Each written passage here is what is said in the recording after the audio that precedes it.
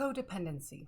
It's one of those words that sounds clinical, but it can quietly run our entire emotional world without us realizing it.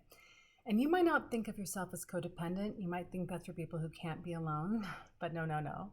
Or you might just think, I'm just a really caring person. I'm just loyal. I just give a lot.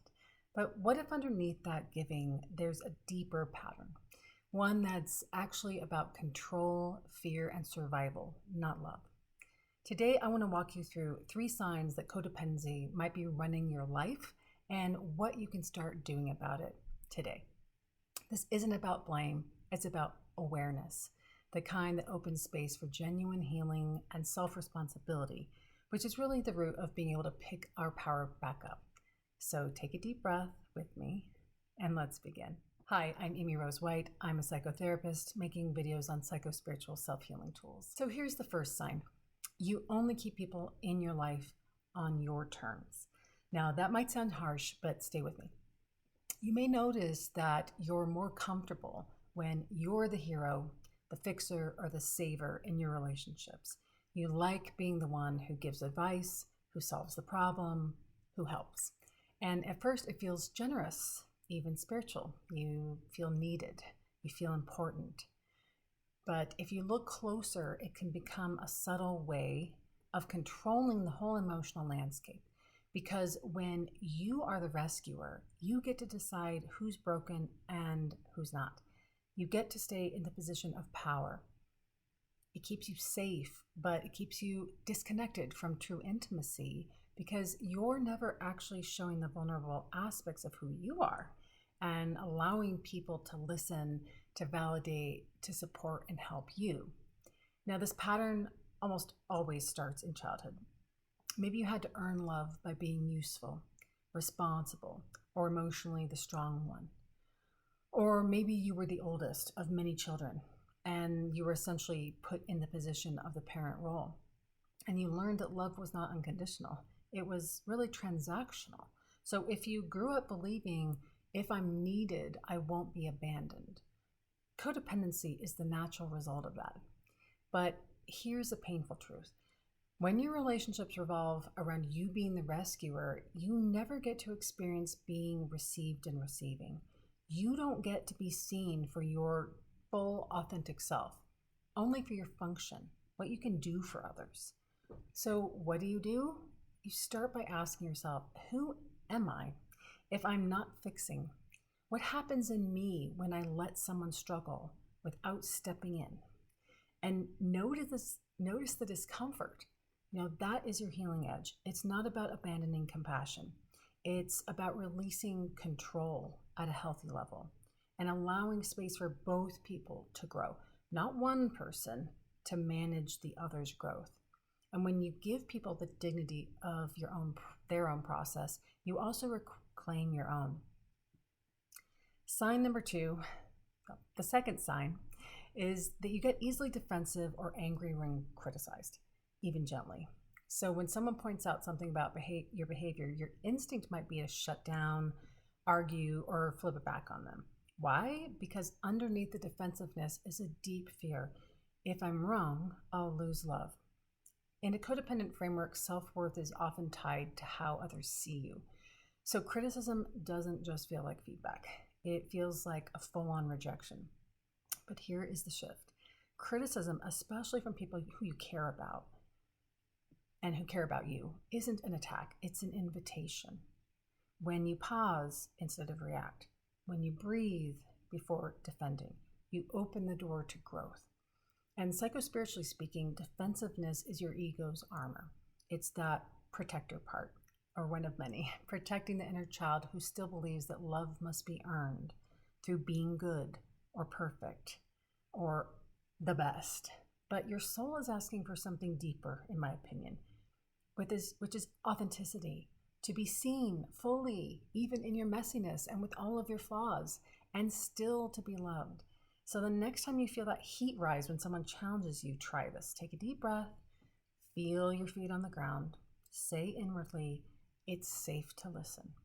I'm not being attacked. You're being asked to expand.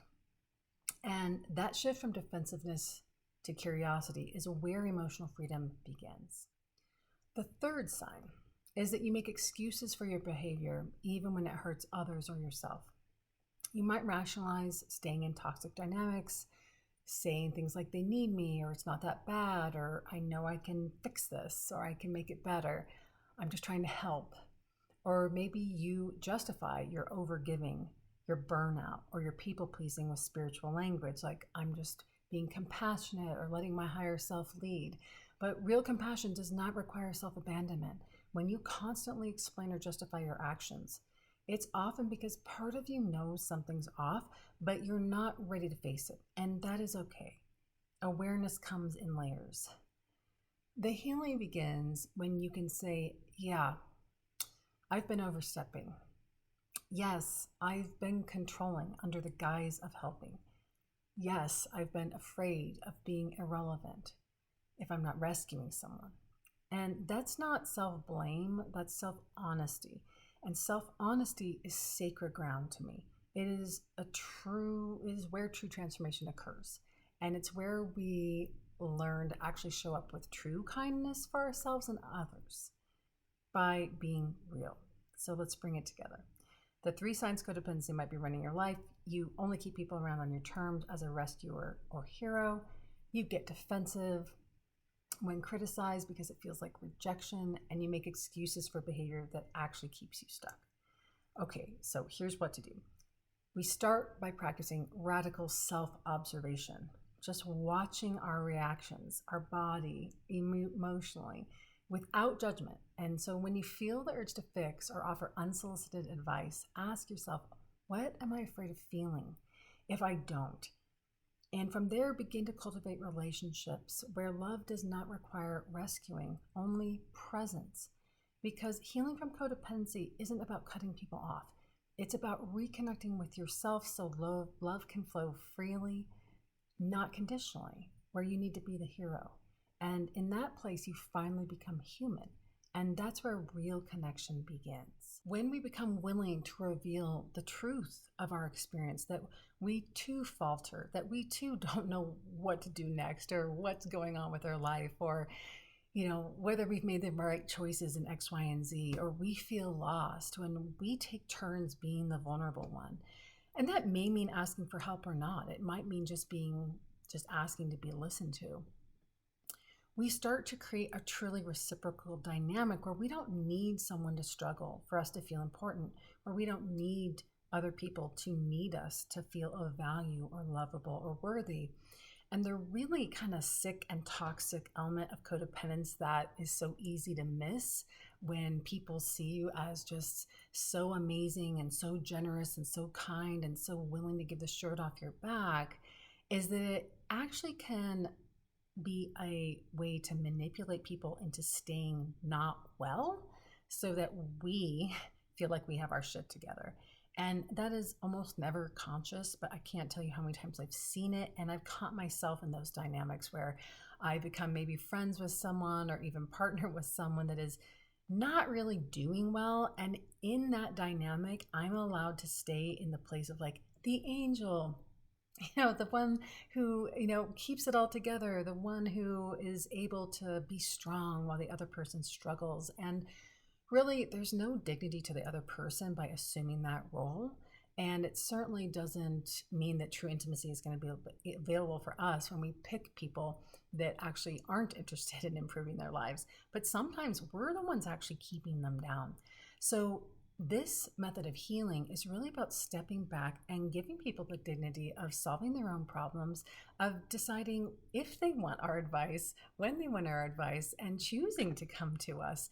And oftentimes that's really not what people need. Even in therapy, a lot of times people just need to be heard, understood, for people to ask questions, to validate, not to simply just be told, oh, you're right and everyone else is wrong, but to simply just be really listened to. And that's what I meant when I said relationships are about presence. For those of us that grew up in roles where we had to solve problems and were made to feel like we actually had the power to manage an adult's emotions, we are often in adulthood under the false assumption that we actually are much more powerful than we are in our ability to keep someone happy or get someone the help they need or make sure someone is doing what's right or good for them, as if we really know what that is. And so often we don't. So often only that person really knows the trajectory of what's going to expand and heal their life. And although we can offer assistance, it's very different than sticking to the need to be needed narrative, which actually robs people of their own personal power. I hope this has been useful to you. Please tell me how codependency has shown up in your life. Have you found yourself in dynamics where you are the fix rescuer or saver? Have other people tried to do that with you? Because I can see it when I join a friend group and there's people that like would really show up if I'm having a hard time, but if I'm having a great time, they disappear. Like, does that ever happen to you? It's a really sneaky, tricky dynamic, and I would love to hear how that has shown up or not in your life. Thank you so much for watching, for liking, for sharing, and for subscribing to my channel. Until next time, may you be well, may you be healthy, may you be happy, and may you be at peace. Bye for now.